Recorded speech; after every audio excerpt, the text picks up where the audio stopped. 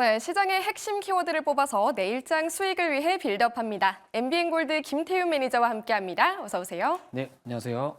네, 매니저님 저희 돈 되는 일정 화면으로 살펴봤는데요. 이번 주에 아직 굵직한 기업들 실적 발표가 좀 남아 있습니다.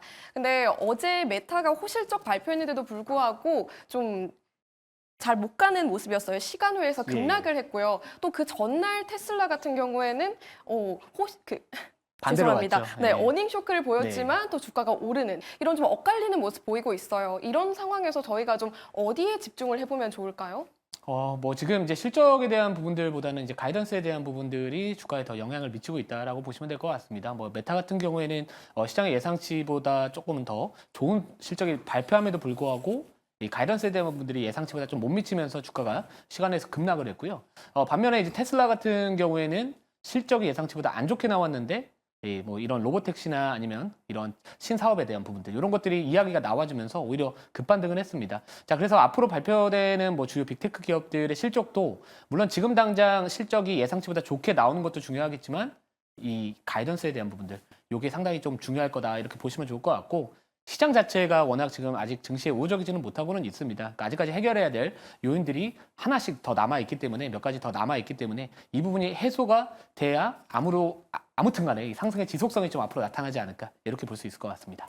네, 고환율 수혜주를 좀 찾아보는 전략 제시해 주셨습니다. 자, 이어서 포트폴리오 확인해 볼 건데요. 저희 다 수익률 좋지만 어제 주셨던 유니드 어떻게 하루 만에 11% 찍을 수가 있죠?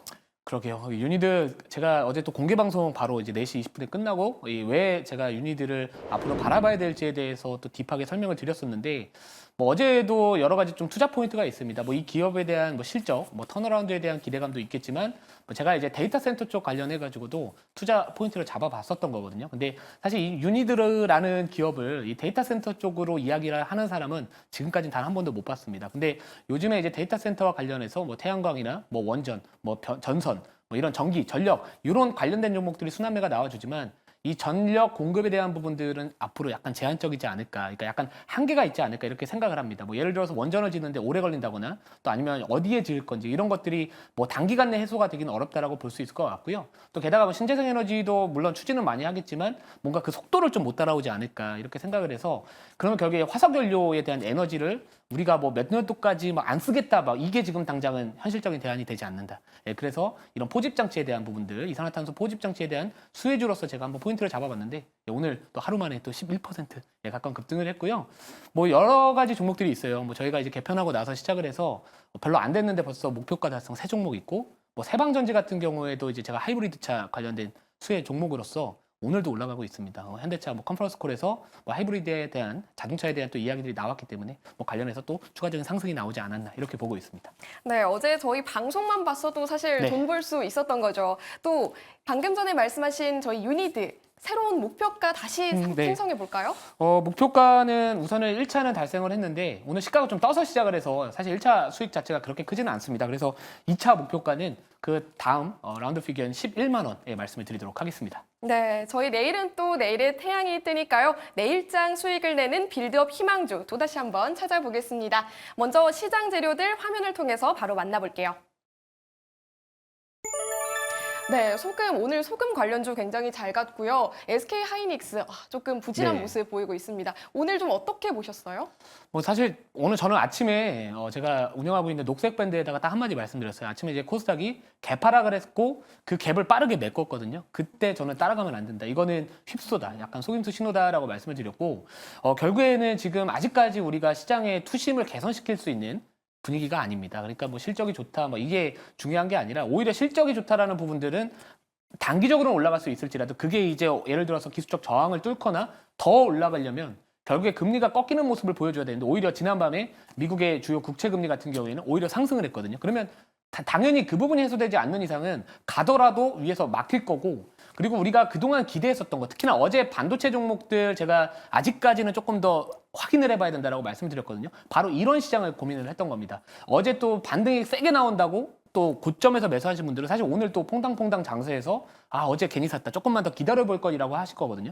그래서 아직까지는 전반적인 시장 분위기 자체는 뭐 성장주나 기술주 등을 올라가고 있을 때 추격 매수하는 그런 전략보다는 오히려 어떤 악재성 이슈 때문에 급락이 나왔을 때 오히려 그때가 추가 매수의 기회라고 저는 보고 있습니다. 그래서 지금 당장은 뭐 여러 가지 좀 이슈들이 있겠지만 뭐 이미 올라간 테마들을 따라가기에는 오버나잇 리스크에 대한 노출이 항상 지금 존재하고 있는 상황이기 때문에 가기 전에 잡는 그런 습관을 지금은 시장에서는 길러야 된다 이렇게 말씀을 드리고요.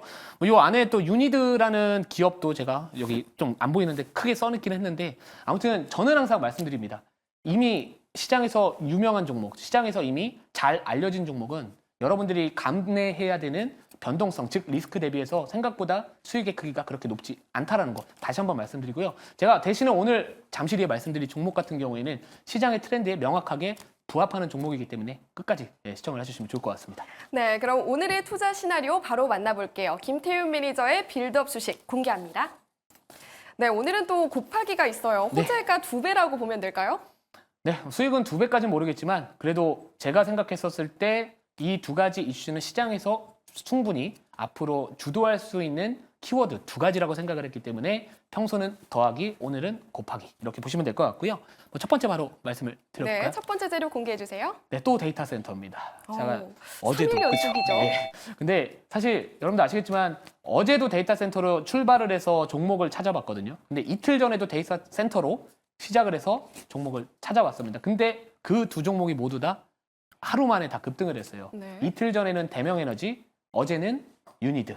자, 근데 이제 오늘도 그러면 공식에 의하면 물론 샘플은 모수는 적지만 내일도 급등을 해야 되겠죠. 네, 근데 뭐 그렇게 생각을 합니다. 그래서 데이터 센터 쪽 관련해가지고는 뭐 여러 가지 좀 이슈가 있겠지만 어쩔 수 없습니다. 지금 시장에서 제일 큰 키워드, 특히나 지난밤 미국장에서 많은 뭐 기업들의 실적 발표가 있었고 주가 변동성이 좀 컸지만 이 버티브라는 회사도 결국엔 데이터 센터 관련해서 수혜를 받을 수 있는 기업이었거든요. 근데 오늘도 우리나라 반도체 기업들 또는 뭐 이런 일부 종목들 중에서 뭐 GST와 같은 이런 데이터 센터 이 액침 냉각 관련된 기업들이 주가 흐름이 나쁘지 않았습니다. 근데 오늘 제가 말씀드릴 종목은 그 데이터 센터 이 액침 냉각 쪽이 아니라 데이터 센터가 앞으로 성장을 하면은 반사 이익을 얻을 수 있는 종목이다라고 보시면 될 것 같습니다. 네, 저희 두 번째 재료도 화면으로 바로 공개를 했는데요. ESS를 네. 또 두 번째 재료로 뽑아주셨어요. 맞아요. ESS 뭐 에너지 저장 장치라고 보시면 될 것 같은데 제가 이제 많은 공개 방송을 할 때마다 말씀드립니다. 뭐 지금 태양광 관련해 가지고는 최근에 뭐 중국의 뭐 태양광 패널에 대한 규제 이슈도 있었고 샘 올트먼 오픈 AI CEO가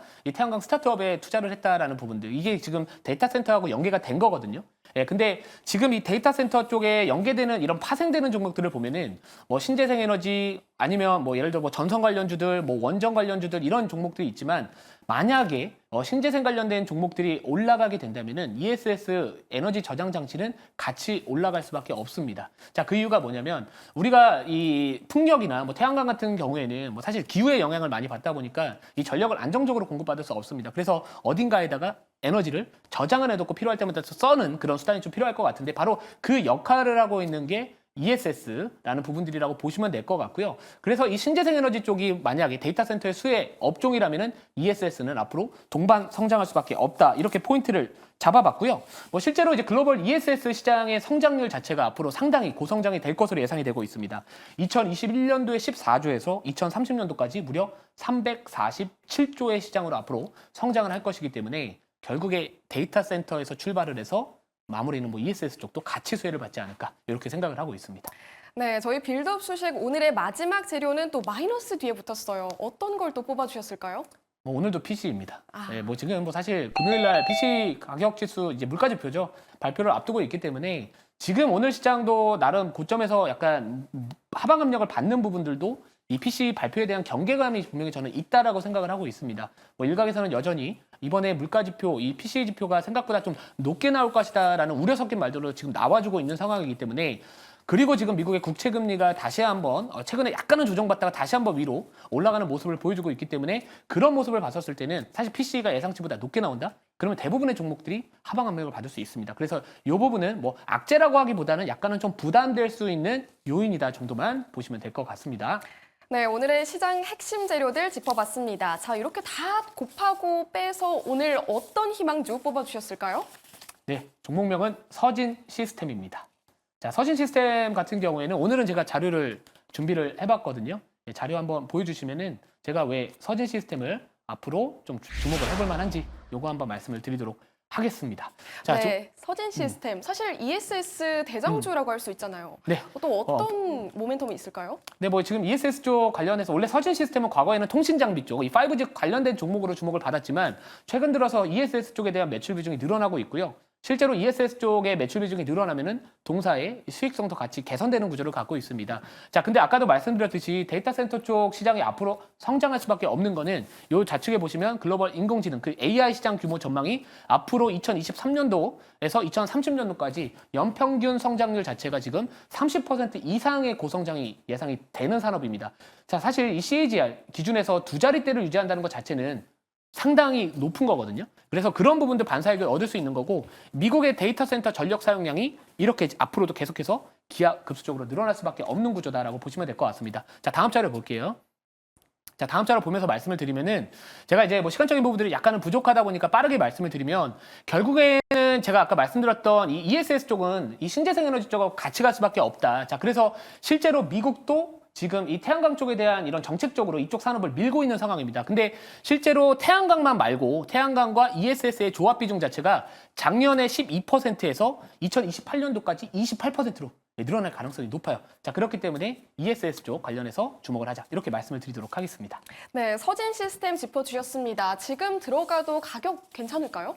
네, 뭐 지금 시장 흐름에 맞는 종목이라서 충분히 가능하다라고 보고 있고요. 매수가는 시초가, 목표가 31,500원, 그리고 손절가는 22,600원. 네, 말씀을 드리도록 하겠습니다. 네, 가격 라인까지 제시해 주셨습니다. 좀 더 자세한 이야기 들어보고 싶은데 네. 무료 방송 오늘도 준비돼 있을까요? 네, 오늘 장 끝났죠. 네, 4시 20분부터 너튜브 김태훈 검색을 하시면은 유니드 말씀드렸고 급등했고요. 또 대명에너지 급등했습니다. 자세한 내용 제가 시간이 없다 보니까 다 말씀 못 드렸는데 오늘 방송에서 많이 말씀드릴 테니까 많은 시청 부탁드리도록 하겠습니다. 네, 내일 다시 찾아뵙겠습니다. 고맙습니다.